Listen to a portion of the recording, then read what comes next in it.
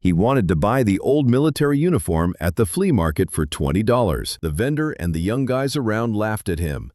"This is too big for you, Grandpa," they said, until the old man pulled out a photo from his pocket. In the photo was him, 45 years ago, wearing the same uniform. And on his chest were medals that nobody recognized anymore. Welcome to the Human Stories. Before we begin, tell us in the comments where you're watching from. And if you believe these forgotten hero stories need to be told, subscribe and help us make sure these voices are heard. It was 7 a.m. on a Saturday morning. The Riverside Flea Market was crowded as usual. Old records, rusty tools, faded photographs. Every stall sold the remnants of someone's life. At the corner stall stood a young vendor. His name was Tyler. 22 years old, college dropout, working the flea market with his grandfather. That morning, Tyler had an interesting piece at his stall. An old military uniform, Vietnam era, green, faded, torn in places. The collar read, J. Morrison. Tyler had hung it on a plastic hanger with a sign, Authentic Vietnam Uniform, $50. Around 8 o'clock, an old man approached the stall. In his 70s, gray-haired, slightly hunched. He wore an old jacket and brown shoes that stepped carefully despite knees that struggled to walk. He had no cane, but there was a weight to his walk, as if he carried an invisible burden. The old man stopped in front of the uniform. He stared for a long time. His hand involuntarily reached toward the fabric, then pulled back. Tyler looked up from his phone game. "Like what you see, Pops? Real Vietnam issue. My grandpa said he got it from a collector." The old man didn't answer. His eyes were fixed on the tear on the left sleeve. His finger traced the shape of the tear in the air, without touching. Thoughtful. "How much?" he finally asked. His voice was low, controlled, confident. "Says right there on the tag, $50, but I'll let you have it for $40. Tyler grinned. Firm. "I'll give you $20, said the old man. Tyler laughed, disbelieving. "20? Come on, Pops. This is an authentic uniform, not a reproduction. Look, it even has bullet holes." He pointed to small holes on the right shoulder. Just then, Tyler's two friends approached. One tall, one stocky, both in their 20s. Curious. "What's going on?" asked the tall one. Amused. "Old-timer here is offering $20 for the uniform," Tyler said, chuckles, laughing. The stocky one looked at the old man, mocking. "Grandpa, this would be too big for you anyway. What are you going to do with a military uniform? Is it Halloween already?" All three laughed. The old man showed no reaction. He just kept. "Besides," Tyler added, "this is a real military uniform, not something civilians like you would wear. Maybe a real militaria collector will come by and know its true value." That's when the old man reached into his pocket, not for his wallet, but for an old photograph. He slowly handed it to Tyler. "Take a look at this," was all he said. Tyler took the photo. His friends crowded in curiously. It was black and white, edges worn. A group of soldiers in the middle of a jungle, looking at the camera, all tired, dirty, but standing. The soldier in front was wearing. Tyler's eyes went wide. Same uniform, same name tag, J. Morrison. "This," he stammered. "1973, Cambodia border," said the old man. "I was the one wearing that uniform on your table 45 years ago." Silence. The tall friend looked closely at the photo. The young soldier's features. It was the youth of the old man standing before them now. Gravely, "That bullet hole you mentioned," the old man continued. "October 23, 1973. Charlie had set up an ambush, 6 hours of fighting. That hole saved my life. If the bullet had come straight, it would have hit my heart. The fabric and angle made it deflect." Tyler's hands began to tremble. "The tear on the left sleeve," the old man pointed, "happened going through barbed wire. My buddy Pete was wounded. I was carrying him on my back. Had to hurry. Pete, he murmured. We lost 3 men that night. The stocky one stepped back. Nobody was speaking. Resolutely, the old man took the photo back, put in his pocket. That's why I said $20, because only I know the real value of that uniform, and that value can't be measured in money. Apologetically, Tyler looked at the uniform, then at the old man. He swallowed. I'm sorry, we didn't know. Wearily, you don't need to know, said the old man. Just respect, that's all. The tall friend stepped forward. Sir, we're really sorry, we just… Understandingly, you're just young, the old man finished.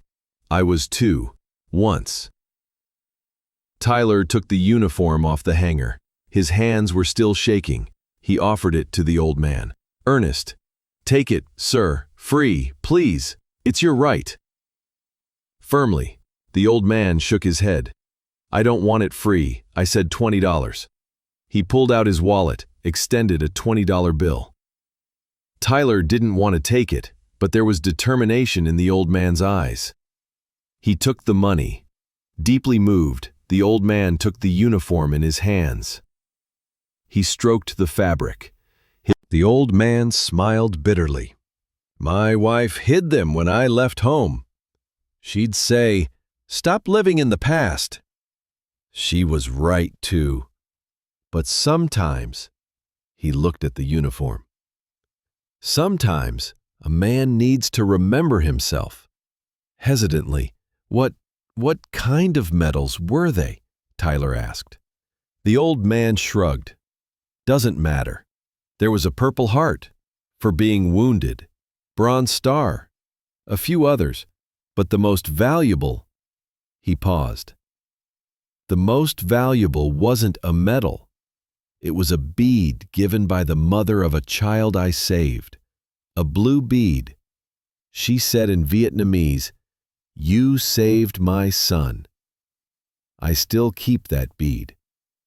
A few more people had gathered around. They listened to the old man's story in silence. Respectfully. Sir, said Tyler, I want to ask you something. That day, I mean the day in the photo, what happened? The old man took a deep breath. Recon mission, 8-man team. Target was to find a POW camp. They said American pilots were being held. We'd been in the jungle for 3 days. No water, hungry, exhausted. Then we found the trail. He paused. His eyes looked distant. The camp was right where they said it would be. But when we found it, Charlie found us too. Ambush, fire from all sides. Rodriguez was hit first, then Miller. We wanted to pull back, but there were voices from the camp. Americans. Cries for help. His voice grew quiet. My CO gave the order to retreat. It made sense. 6 of us left. They had at least 30. But those voices, those cries. What did you do? Someone whispered. I disobeyed orders, said the old man. First and last time. Pete and Johnson came with me. The others provided covering fire. We rushed the camp. 3 pilots, 1 badly wounded. We had to carry him. He touched the hole on the shoulder. Got hit on the way back. Pete got wounded too, but we got them out. Took 6 hours. All night. When the choppers came at dawn, we had to leave Rodriguez and Miller behind. Couldn't even retrieve their bodies. Nobody spoke. Tyler's eyes had filled with tears. My CO didn't punish me afterward, the old man continued. They even gave me medals, but I always wonder, what if I had obeyed orders? Would Rodriguez and Miller have lived? Or would those 3 pilots have died too? "You did the right thing," said an elderly woman from the crowd. "My grandfather," said Tyler. "My grandpa was in Vietnam too. Air Force mechanic. He brought back some things when he came home. This uniform was one of them. Maybe he knew your unit." Morrison's face lit up. "What was his name?" "Richard Walsh. Everyone called him Red." Morrison's eyes went wide. Red Walsh, red-haired, always playing poker red. "Yes, you know him?" "Know him?" Morrison laughed. For the first time, he really laughed. "His chopper got hit in '74, made a forced landing in the jungle. We rescued him. He hid in the jungle alone for 2 days." Tyler got excited. "Grandpa always told that story. Said he kept a uniform from one of the rescue team. Wait." His face changed. "Is this your uniform? My grandpa kept your uniform?" Morrison hugged the uniform to his chest. "I gave it to him. His own uniform was shredded. He was freezing. I said, 'Take this. It'll keep you warm.' He wanted to give it back later, but I said, 'Keep it, as a memento.'" "I can't believe it," said Tyler. "Grandpa died 5 years ago. He always talked about the rescue team, especially about a young soldier. 'Morrison,' he said. 'You—'" "That was me," said Morrison. "I was 19. Tyler suddenly hugged the old man. Morrison was surprised at first, then hugged him back. "Grandpa talked about you in his final days. 'Find Morrison,' he'd say. 'Thank him.' But I didn't know how to find you." Tears rolled down Morrison's cheeks. "He saved my life, actually. You know, that day, the day we rescued Red, I found my faith again. I blamed myself for Rodriguez and Miller, but Red. When we saved him, I understood that sometimes the best thing for those we lose is to save others." The crowd had grown. Everyone listened silently. Someone was recording video, but Morrison hadn't noticed. "Sir," said the tall young man, "we're truly grateful to you, both on behalf of his grandfather and for giving this lesson to idiots like us." Morrison smiled. "I didn't give a lesson, just reminded. We all have stories. Some of us tell them, some keep them, but all are valuable." Tyler pulled something from his cash box, a small velvet box. "Sir, my grandpa kept this too. We didn't know what it was, but maybe you know." He opened the box. Inside was a blue bead. The string was broken, color faded but still blue. This can't be." "What, sir?" Morrison took the bead with trembling hands. "The bead I mentioned, from the mother of the child I saved. But how?" Tyler pulled out. Morrison was crying now, not hiding it. The 70-year-old war veteran stood in the middle of the flea market, clutching his old uniform to his chest, crying. 45 years, he whispered. "After 45 years, everything came back to me. Red, you sly fox. Even after death." Tyler was crying too. "Grandpa was right. He said, 'One day Morrison will see that uniform, and when that day comes, I'll have paid my debt.'" Morrison put the bead in his pocket. He offered the uniform to Tyler. "Take this back. Hold it for your father." "No," Tyler said firmly. "No, sir. This is yours. This is what Grandpa wanted. Besides," he smiled, "now I know his story too. Thanks to you." Morrison nodded. He folded the uniform, tucked it under his arm. He looked at the crowd around him.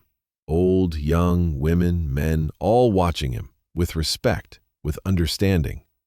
"Thank you," he said to everyone. "Today, you gave me back my youth. But more importantly, you gave me back my friend." He started walking. The crowd parted, but he wasn't hunched anymore. His head was high. His steps were strong. "Mr. Morrison, come for coffee tomorrow. I have Grandpa's stories. I'd like to share them with you." Morrison stopped, turned, smiled. "I'd like that, son. But I'll bring stories too. Stories Red didn't know." And he walked. An old soldier, his uniform under his arm, the bead in his pocket. A circle completed after 45 years. The flea market closed early that day. Tyler didn't pack up his stall. He just sat and cried. From happiness, from regret, from pride. His grandfather's friend was alive, and that friend had become his friend today. The next day, the local paper ran a headline. Lost uniform returns to owner after 45 years. But Morrison didn't read it. He was at Tyler's house, drinking coffee, looking at Red Walsh's photos, telling stories. And for the first time in 45 years, Jay Morrison was happy. Truly happy. Some stories don't end. They just wait. Morrison's story waited 45 years. At a flea market, on a dusty hanger, at a young vendor's stall. And now I make you think, how many stories are around us, waiting to be noticed? How many heroes live quietly? Tell us in the comments, the quiet heroes you know, you've met. Because their stories deserve to be told. Subscribe to the Human Stories. Every week we bring forgotten voices to you, because some stories shouldn't be lost. See you in the next story. And remember, sometimes the greatest heroes are the quietest ones.